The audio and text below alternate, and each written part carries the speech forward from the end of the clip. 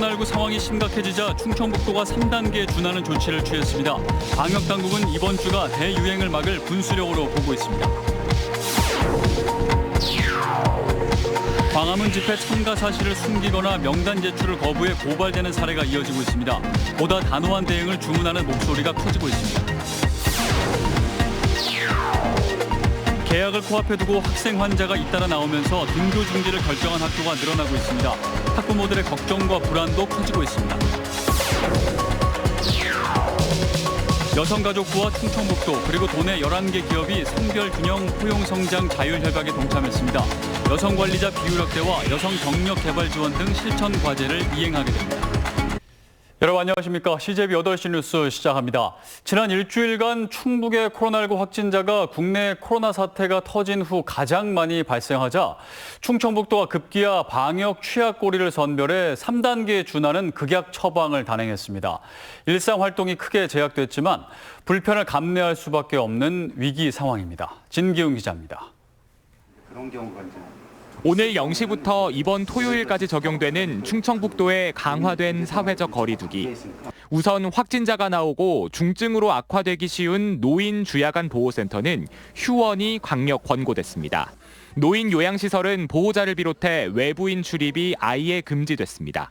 비접촉 면회로 진행을 해왔었는데 이제는 그마저도 지금은 이제 금지된 상황으로 벌써 6개월 이상을 어르신을 못 본 보호자분들이 계시고 이미 경로당마저 모두 문을 닫은 상태라 어르신들은 갈 곳이 없어졌습니다. 아이고, 답답한 말고. 뭐 여기 다 닫았어. 아, 우리 애들도 안 하지. 진천에서 소규모 집단 감염이 일어난 보험업도 대면 영업이 전면 중단됐고 대중목욕탕도 부산에서 7명의 확진자가 나온 점을 고려해 밤 9시부터 새벽 5시까지 영업이 금지됐습니다. 지난 한 주 동안 충북의 신규 확진자는 모두 20명으로 코로나 사태 이후 가장 많은 환자가 발생했습니다. 전방위 좀 방역 조치를 하고 있는데요. 특히 이제 코로나가 발생한 취약 부분에 대해서는 보다 이제 집합 금지 행정명령이라든지 집합 제한 조치라든지 보다 강력한 자영업자들은 생존의 돌파구를 찾는 데 골몰하고 있습니다. 높은 수수료 때문에 배달 영업을 하지 않던 이 음식점은 코로나 사태가 단기간에 끝나기 어렵다는 판단에 결국 배달 영업에 뛰어들었습니다. 하루에 보통 3테이블 한 4테이블 정도 이렇게로 줄었는데 어제 같은 경우에는 한 테이블도 안 들어왔어요, 손님이. 부득이하게 정말 배달을 하지 않을 수가 없어요. 방역당국은 이번 주가 대유행을 막을 분수령으로 보고 고위험 시설을 추가하는 등 강력한 행정 조치를 예고했습니다. CJB 뉴스 진기훈입니다. 수도권발 코로나19 확진자의 상당수가 광화문 집회 참가자로 확인되고 있는데요. 집회 참가 사실을 숨기거나 참가자 명단 제출을 거부해 수사기관에 고발되는 사례가 이어지고 있습니다. 조영광 기자입니다. 광화문 집회 참가 사실을 부인하고 코로나19 검사를 거부해 고발 조치된 청주시 59번째 확진자에 대한 구상권 청구 여부가 관심사입니다. 노인 보호센터 관련 확진자와 가족 등 3명을 감염시킨 사실이 역학조사로 확인될 경우 59번 환자는 수백에서 많게는 수천만 원의 진단 치료비를 물어낼 수도 있습니다. 청주시는 59번째 확진자 외에 전세버스를 타고 광화문으로 이동한 100명이 아직 검사를 받지 않은 것으로 보고 빠른 검사를 독려하는 한편 추가적인 고발 조치도 검토하고 있습니다. 무증상 있는 사람들에 대한 그런 것도 이제 우려가 되는 그런 측면이 있어서 그 광화문 집회 참석을 하셨는데 아직까지 검사를 안 받으신 분들은 하루라도 빨리 검사를 받으셨으면 좋겠는 그런 상황입니다. 광화문 집회 참가자 명단을 제출하지 않아 고발되는 사례도 이어지고 있습니다. 지난 19일에는 제천시가 또 23일에는 청주시가 명단 제출 요구에 응하지 않던 60대 목사와 인솔자를 각각 경찰에 고발했습니다. 거기는 저희가 고발 취하를 해도 사건으로 계속 저기가 돼서 법원으로 넘어간다고 그랬어요. 8.15 광화문 집회를 통해 청주에서 3명이 확진되고 이 중 1명은 연쇄 감염까지 의심되면서 보다 단호한 대응을 주문하는 목소리가 커지고 있습니다. CJB 뉴스 조윤광입니다. 충주에서 초등학생들이 코로나19에 감염돼 해당 학교는 물론 인근 8곳의 학교들이 등교 중지를 결정했습니다. 개학을 코앞에 두고 도내에서만 벌써 6명째 학생 환자가 잇따라 나오면서 학부모도 학생도 걱정이 이만저만이 아닙니다. 이윤영 기자의 보도입니다. 충주에서도 2명의 초등학생이 코로나19에 감염됐습니다. 청주 54번 확진자의 4명의 자녀 가운데 2명의 자녀가 확진 판정을 받은 겁니다. 보시는 것처럼 교문이 굳게 닫혔습니다. 이 학교 1학년과 3학년 학생이 양성 판정을 받으면서 개학도 하기 전에 등교 정지에 들어간 겁니다. 갑작스런 등교 중지에 2학기 교과서를 받으러 잠시 학교에 나온 학생은 아쉽고 속상한 마음뿐입니다. 집에 있어서 심심하고 친구들 못 보니까 속상해요. 이곳 초등학교를 포함한 2곳과 중학교 2곳, 인근 유치원 4곳까지 충주 지역 8곳의 학교가 문을 닫았습니다. 앞으로 2주 동안 모두 1,880명의 학생들이 개학을 코앞에 두고 전면 원격 수업에 들어가게 된 겁니다.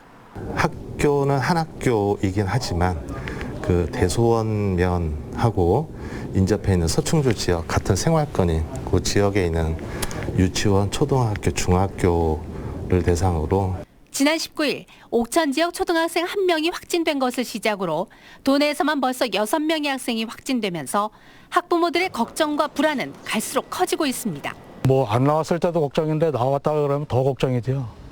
소독 다 하고 다 했다 그래도 그 뒤에도 또 걱정이죠.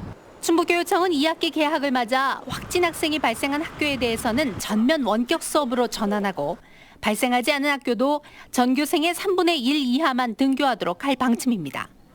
CJB 뉴스 이윤영입니다. 청주시가 지역 684개 어린이집에 대해 방역 수위를 한층 강화했습니다. 이번 조치는 지난달 24일부터 2주간의 휴원 결정에도 긴급 돌봄 비율이 30%에 달하는 현실을 고려한 것으로 가정 돌봄이 가능한 경우 어린이집 등원 자제와 특별활동, 외부 활동, 집단 행사, 집합 교육이 모두 금지됐습니다. 충북의 판교밸리로 육성 중인 오창은 방사관 가속기 유치로 첨단 미래 산업의 구심점으로 더욱 주목을 받고 있습니다. 그동안 취약한 대중교통망이 늘 해결 과제로 지적되어 왔는데 마침내 버스터미널이 운영을 시작하게 됐습니다. 박원 기자가 취재했습니다. 청주 오창읍에 위치한 북부터미널이 개장 준비를 모두 마치고 내일부터 본격 영업에 들어갑니다. 2년 전 첫 삽을 떠 지난 5월 완공된 북부터미널은 지하 4층에 지상 7층 규모의 복합 건물로 지어졌습니다. 지난 2004년부터 17년째 운영됐던 기존 오창정류소는 폐쇄됩니다. 편리하죠. 이거 질 때 기대를 좀 했었어요. 내가 경기도하고 서울을 자주 가거든요. 그러면 천안 거기서 갈아타야 돼요. 터미널 신축으로 노선도 다양해졌습니다. 남서울 노선 이외에도 동서울과 강남 센트럴시티 등 수도권 노선이 대폭 확대 운영됩니다. 남서울은 원래대로 하루 24회 출발하고 센트럴시티는 오전 6시 50분 첫 차로 5회, 동서울은 오전 9시 40분부터 3회 운영됩니다.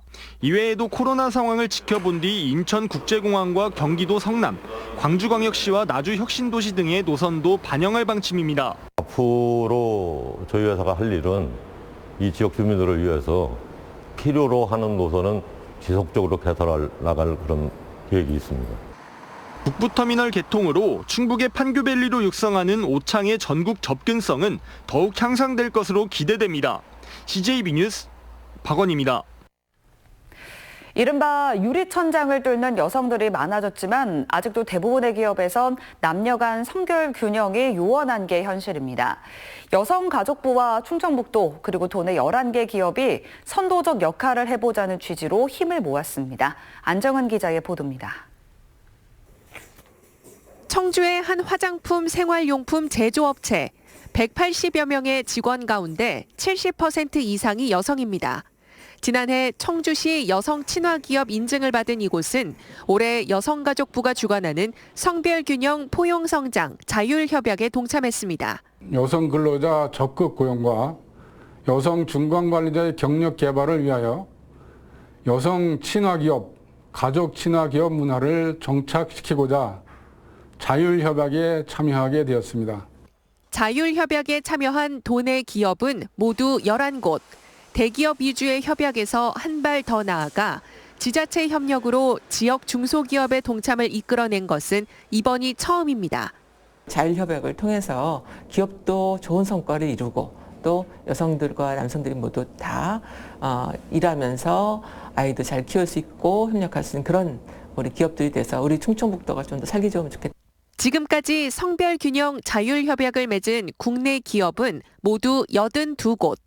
기업들은 자율협약을 통해 여성 관리자 비율 확대, 여성 경력 개발 지원 등 각 기업에 맞는 실천 과제를 마련해 이행하게 됩니다. 기업 문화 개선 과정에서 발생하는 어려움은 여가부가 맞춤형 컨설팅과 교육을 통해 지원할 예정입니다.